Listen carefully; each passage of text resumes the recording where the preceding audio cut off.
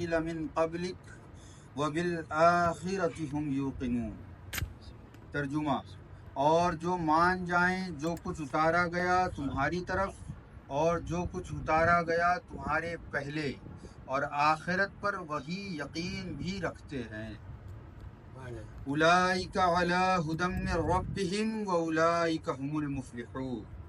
وہ ہیں ہدایت پر اپنے پروردگار کی طرف سے اور وہ ہی کامیاب ہیں۔ تفسیر: اور جو اسے بھی مان جائیں جو کچھ اتارا گیا تمہاری طرف، اے میرے رسول، یعنی قرآن شریف کے کسی نقطے سے اور تمہاری شریعت کے کسی مسئلے سے جنہیں انکار نہ ہو، اور اسے بھی مان لیں جو کچھ اتارا گیا تمہارے پہلے کہ وہ سب اللہ کا نازل کردہ ہے، اگرچہ اس میں بدلاؤ کر دیے گئے ہیں، اور قرآن کریم ان کا ناسخ ہو گیا ہے، اور ان میں یہ خصوصیت بھی ہو کہ آخرت پر کہ قیامت ہوگی، حساب و کتاب ہوگا، ثواب و عذاب ہوگا، اور اس کی ساری تفصیلات پر وہی یقین بھی رکھیں۔ وہ ہی ہیں جو ہدایت پر ہیں، اور یہ دولت انہی کا حصہ ہے اپنے پروردگار کی طرف سے، اور ان پر خدا کا یہ فضل ہے کہ وہی کامیاب ہیں، نجات پائے ہوئے ہیں اور بامراد ہیں۔ یہ ساری خوبیاں عبداللہ ابن سلام اور ان کے اصحاب ہی میں نہیں بلکہ تمام اصحاب رسول صلی اللہ تعالی علیہ وسلم میں پائی جاتی ہیں، اور یہی اہل جماعت کا دین و مذہب ہے۔ اس سے پہلے کی آیتوں میں اللہ رب العزت نے ارشاد فرمایا کہ یہی وہ کتاب ہے جس میں ڈر جانے والوں کے لیے ہدایت ہے اور کوئی شک و شبہ کی گنجائش نہیں۔ اور یہ ڈر جانے والے وہ لوگ ہیں جو ایمان لے آئے،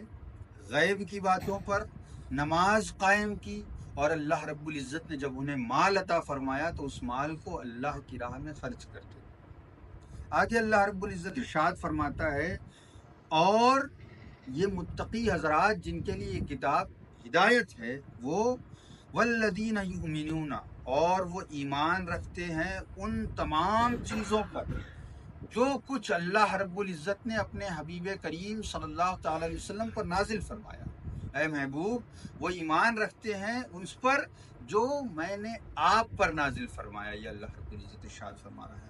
اس کے بعد آگے ارشاد فرماتا ہے، اور ان تمام کتابوں پر، ان تمام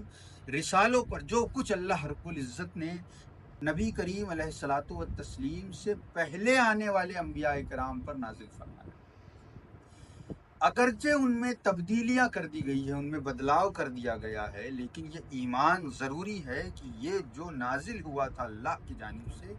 وہ اللہ ہی کی جانب سے نبیوں پر نازل ہوا تھا اور بالکل صحیح چیز تھی۔ اگرچہ اب ان کا حکم یہ ہے کہ ان قرآن مقدس کے نازل ہونے کے بعد ان میں جن چیزوں کا حکم دیا گیا تھا یا جن چیزوں سے روکا گیا تھا، اگر قرآن میں ان چیزوں سے نہیں روکا گیا ہے، اگر قرآن میں ان چیزوں کا حکم نہیں دیا گیا ہے، تو اس کا یہ مطلب بنتا ہے کہ قرآن کریم میں جو نئے احکام نازل فرمائے اللہ رب العزت نے، یہ نئے احکام اس پرانے حکموں کو ختم کر دینے والے ہیں، ناسخ ہیں ان کو۔ یہ نئے حکم، اب ان نئے حکموں پر عمل کیا جائے گا جو قرآن مجید میں اللہ رب العزت نے نازل فرمایا۔ اس کے بعد اللہ رب العزت آگے ارشاد فرماتا ہے کہ وہی لوگ ان کی رب کی جانب سے ہدایت پر ہیں، جن کے اندر یہ چیزیں پائی جاتی ہوں، یہ لوگ، یہی لوگ کیا کیا کی چیزیں پائی جاتی ہوں کہ وہ اللہ سے ڈرتے، اللہ کا خوف ان کے دل میں، وہ سوتے ہوں، جاگتے ہوں، تنہائی میں ہوں، محفل میں ہوں، ہر وقت ان کے اوپر یہ خوف طاری رہتا ہو کہ اللہ رب العزت کہ ہم اللہ رب العزت سے ہم چھپے ہوئے نہیں ہیں، بلکہ اللہ رب العزت ہر حال میں، اندھیروں میں، اجالوں میں، تنہائیوں میں، محفلوں میں، ہر جگہ اللہ رب العزت کی نظر میں ہے۔ اللہ رب العزت ہمیں دیکھ رہا ہے، ہمارے ہر عمل پر اس کی نظر ہے، ہمارے ہر دل میں آنے والے ارادوں پر اس کی نظر ہے۔ تو اللہ رب العزت کا جب یہ خوف ہم پر طاری ہوگا، تو جب کبھی ہمیں گناہ کا ارادہ ہوگا ہمارے دل میں، تو اللہ کا یہ خوف ہمیں ان گناہوں سے بچائے گا۔ تو اسی لیے اللہ رب العزت نے فرمایا کہ وہ ڈرنے والے ہیں جن کے لیے ہدایت ہے، وہ ایمان لانے والے ہیں غیب پر۔ غیب سے مراد بالخصوص اللہ نے آگے اس کی تشریح بھی فرمائی کہ جو کچھ اللہ رب العزت نے قرآن مجید میں نازل فرمایا، جنت، جہنم، فرشتے، یہ حساب و کتاب، حشر کا قائم ہونا، قیامت کا آنا، یہ سب کچھ غیب۔ ان ساری چیزوں پر ایمان لاتے ہیں، اور ایمان لانے کے ساتھ ساتھ صرف ان باتوں کو مان لینا یہ کافی نہیں ہے اللہ رب العزت نے فرمایا، بلکہ وہ میں نے ان کو حکم دیا جن عبادتوں کا، ان عبادتوں میں مشغول بھی رہتے ہیں۔ آگے اللہ رب العزت نے ارشاد فرمایا کہ وہ نماز قائم کرتے ہیں، وہ جسمانی عبادتیں بھی کرتے ہیں اور مالی عبادتوں کو بھی انجام دیتے ہیں۔ دونوں عبادتوں کا اللہ رب العزت نے صراحتاً ذکر فرمایا۔ پھر آگے فرمایا کہ ان تمام کو ماننے کے بعد ان کا حال یہ ہے کہ اللہ کے رسول صلی اللہ تعالیٰ علیہ وسلم نے جو کچھ فرمایا کہ اللہ رب العزت کی جانب سے اس کا نام دین ہے، اس کا نام شریعت ہے، یہ جائز ہے، یہ ناجائز ہے، یہ حرام ہے، یہ حلال ہے، جو کچھ نبی کریم صلی اللہ تعالی وسلم نے فرمایا،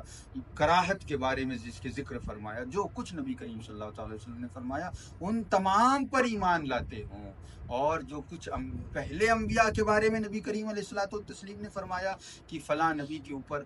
کی شریعت ایسی تھی، ان کے امتیوں کے لیے احکام تھے، نبی کریم علیہ الصلوۃ والتسلیم نے بتایا کہ حضرت موسیٰ کا کیا حال تھا، حضرت عیسیٰ کا کیا حال تھا، حضرت ابراہیم کا کیا حال تھا، ان تمام باتوں پر بھی ایمان رکھتا ہو، اور اس کے بعد اللہ رب العزت اب سند عطا فرما رہا ہے جو یہ سب کچھ کرتے ہو، میرے نبی کو جو راہ میں نے چلائی اس راہ پر چلتے ہو، اولیاء اللہ کے ذریعے جو دین ان تک پہنچایا گیا، نبی کریم علیہ الصلوۃ والتسلیم کی عطا کردہ شریعت جو ان تک اولیاء اللہ کے واسطے سے پہنچی، اس پر عمل کرتے ہیں، تب ان کا کیا حال ہوگا۔ اللہ رب العزت ارشاد فرماتا ہے کہ یہی وہ لوگ ہیں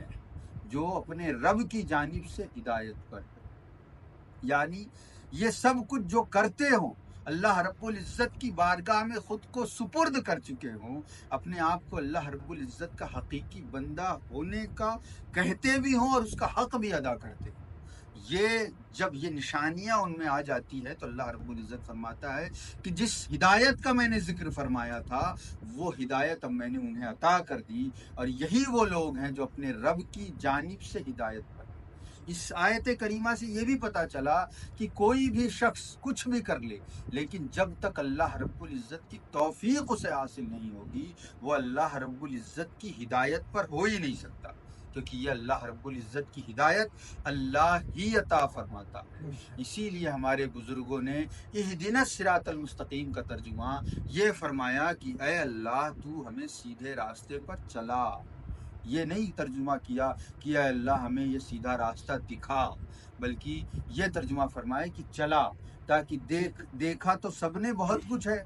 لیکن کون کتنی باتوں پر عمل کرتا ہے۔ تو اسی لیے بزرگوں نے فرمایا کہ اے اللہ ہمیں چلا، تو ہمیں دکھا بھی اور ہمیں عمل کرنے کی توفیق بھی عطا فرما، تاکہ ہم تیری عطا ہونے والی ہدایت کے مستحق ہو جائیں، حقدار ہو جائیں، اور ہم بھی ان لوگوں میں شامل ہو جائیں جو تیری جانب سے ہدایت پر ہے۔ اور آگے اللہ رب العزت فرماتا ہے وَأُولَٰئِکَ هُمُ الْمُفْلِحُونَ، اور وہی لوگ ہیں جو کامیاب ہیں۔ کامیابی کیا ہے؟ اس دنیا میں امیر ہو جانا، اس دنیا میں پاورفل ہو جانا، اس دنیا میں طاقتور ہو جانا، اس دنیا میں اثر و رسوخ والا ہو جانا، تعلقات والا ہو جانا، یہ کامیابی نہیں ہے۔ اللہ رب العزت فرماتا ہے کہ تم مجھ پر ایمان لاؤ، میری جانب سے عطا کردہ ہدایت کے حقدار ہونے کے خود کو لائق بناؤ، اور جب تم یہ سب کچھ حاصل کر چکے ہوگے تب تم قیامت کے دن جب میری بارگاہ میں حاضر ہوگے